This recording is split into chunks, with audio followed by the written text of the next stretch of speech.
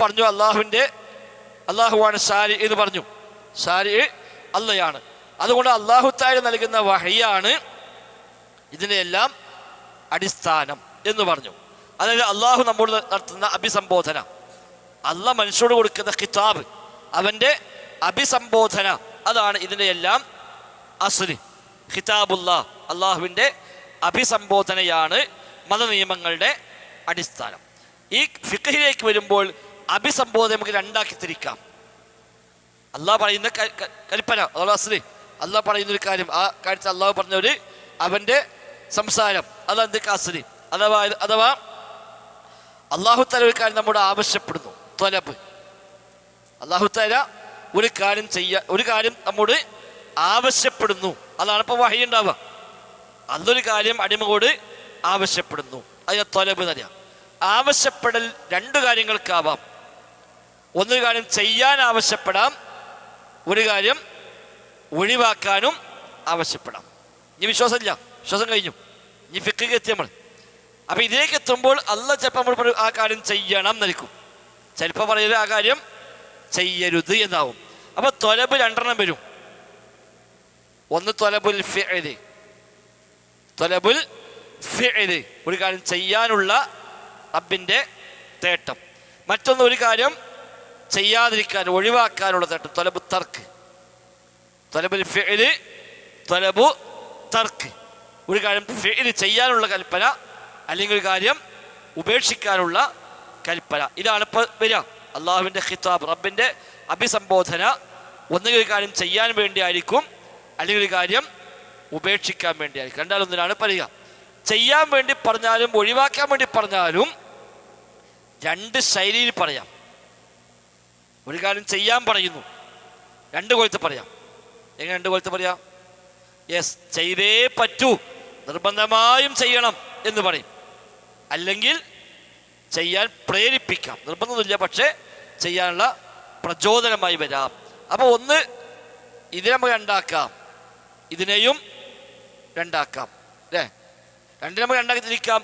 ത്വലബുൽ ഫിഅലാണെങ്കിലും ത്വലബു തർക്കാണെങ്കിലും രണ്ടിനെ നമുക്ക് രണ്ടാക്കി തിരിക്കാം. അതേതാ? ഒന്ന് ലാസിം, നിർബന്ധമായും ഫിഅൽ. അപ്പം ത്വലബുൽ ഫിഅല് ലാസിം. മറ്റൊന്ന് ഗൈറു ലാസിം, നിർബന്ധമില്ലാത്ത അവസ്ഥയിൽ പറയാം. അപ്പോൾ ത്വലബുൽ ഫിഅല് ലാസിമ്, ത്വലബുൽ ഫിഅല് ഗൈറു ലാസിമ് എന്ന് നമുക്കിത് രണ്ടാക്കി തിരിക്കാം. ഇതോ അതുപോലെ തന്നെ തർക്കിനെയും നമുക്ക് അതേപോലെ എന്ത് ചെയ്യാം? നിർബന്ധമായും ഉപേക്ഷിക്കണം. മറ്റത് ഗൈറു ലാസിം, നിർബന്ധമില്ല പക്ഷെ ഒഴിവാക്കുകയാണ് നല്ലത്. അപ്പോൾ ത്വലബായി ത്വലബുൽ ഫിഅല്, ത്വലബു തർക്ക്. ത്വലബുൽ ഫിഅലാണെങ്കിൽ തന്നെ ത്വലബുൽ ഫിഅല് ലാസിമ്, ത്വലബുൽ ഫിഅല് ഗൈറു ലാസിമ്. ത്വലബു തർക്ക് ലാസിമ്, ത്വലബു തർക്ക് ഗൈറു ലാസിമ്. അപ്പോൾ എത്രണ്ണമായി? 4 എണ്ണമായി. നിർബന്ധമായും ചെയ്യണം, അതിനാണ് നമ്മൾ സാധാരണ എന്ത് പറയുക? വാജിബ്. ഒരു കാര്യം നിർബന്ധമായും ചെയ്യണം. അപ്പം ഇതിന് നമുക്ക് വാജിബ് എന്ന് വിളിക്കാം. അല്ല, ഫർള് മറ്റൊരു പ്രയോഗമാണ്. പിന്നെ നിർബന്ധമില്ല പക്ഷെ ചെയ്യണം, അതാണ് നമ്മൾ സാധാരണ പറയുന്ന സുന്നത്ത് അല്ലെങ്കിൽ മന്ദൂബ്. സുന്നത്ത്, വാജിബ്, സുന്നത്ത്. നിർബന്ധമായും ഒഴിവാക്കണം, ഒഴിവാക്കിയേ പറ്റൂ, അപ്പം ചെയ്യാൻ പാടില്ല, അതാണ് ഹറാം. മറ്റൊന്ന് നിർബന്ധമില്ല പക്ഷെ ഒഴിവാക്കുകയാണ് വേണ്ടത്, അതാണ് കറാഹത്ത്. അപ്പം എത്രണ്ണായി? 4 വാജിബ്, സുന്നത്ത്, ഹറാമ്, കറാഹത്ത്, 4 എണ്ണമായി. ഇനി ഈ 4 അല്ലാത്ത വല്ലതും വരാൻ വകുപ്പുണ്ടോ? നിർബന്ധമായും ചെയ്യണം, ചെയ്യുകയാണ് നല്ലത്.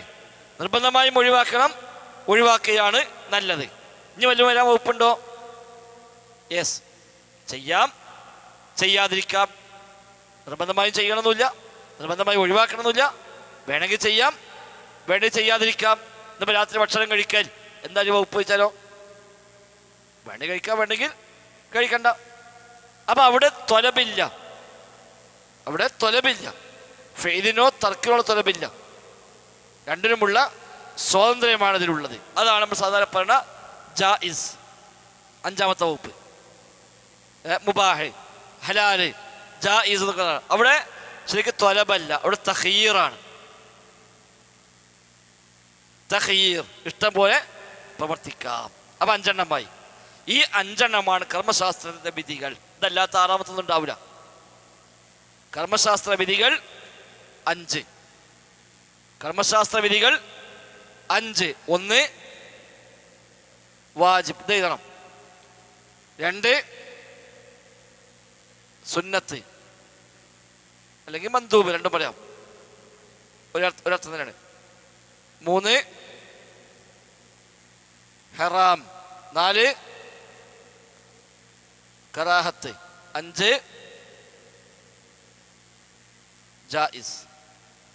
5 എണ്ണമായി. ഈ 5 ഉള്ളൂ ഇസ്ലാമിലെ വിധി വിലക്കുകൾ. വാജിബ്, സുന്നത്ത്, ഹറാമ്, കറാഹത്ത്, ജായിസ്. നമ്മൾ പണ്ടേ പഠിച്ചാണല്ലോ. ഈ 5 എണ്ണം പണ്ടേ പഠിച്ചാണ്. അത് വന്ന വഴിയാണ് ഇപ്പോൾ പറഞ്ഞത്. ഈ 5 എണ്ണം നമുക്കൊക്കെ അറിയാം. ഈ 5 എണ്ണം. അപ്പം ഈ 5ൻ്റെയും ബേസ് അള്ളാഹുവിൻ്റെ ഖിതാബ്, അഭിസംബോധന. അത് നമുക്ക് ലഭിക്കുക വഹിയിലൂടെ. ആ വഹി ഇവിടെ ഉള്ളത് ഒന്ന് ഖുർആന് അല്ലെങ്കിൽ സുന്നത്ത്. അപ്പം എല്ലാ നിയമങ്ങളെയും അസ്ല് ഖുർആനിലേക്കും സുന്നത്തിലേക്കും എത്തുന്നു.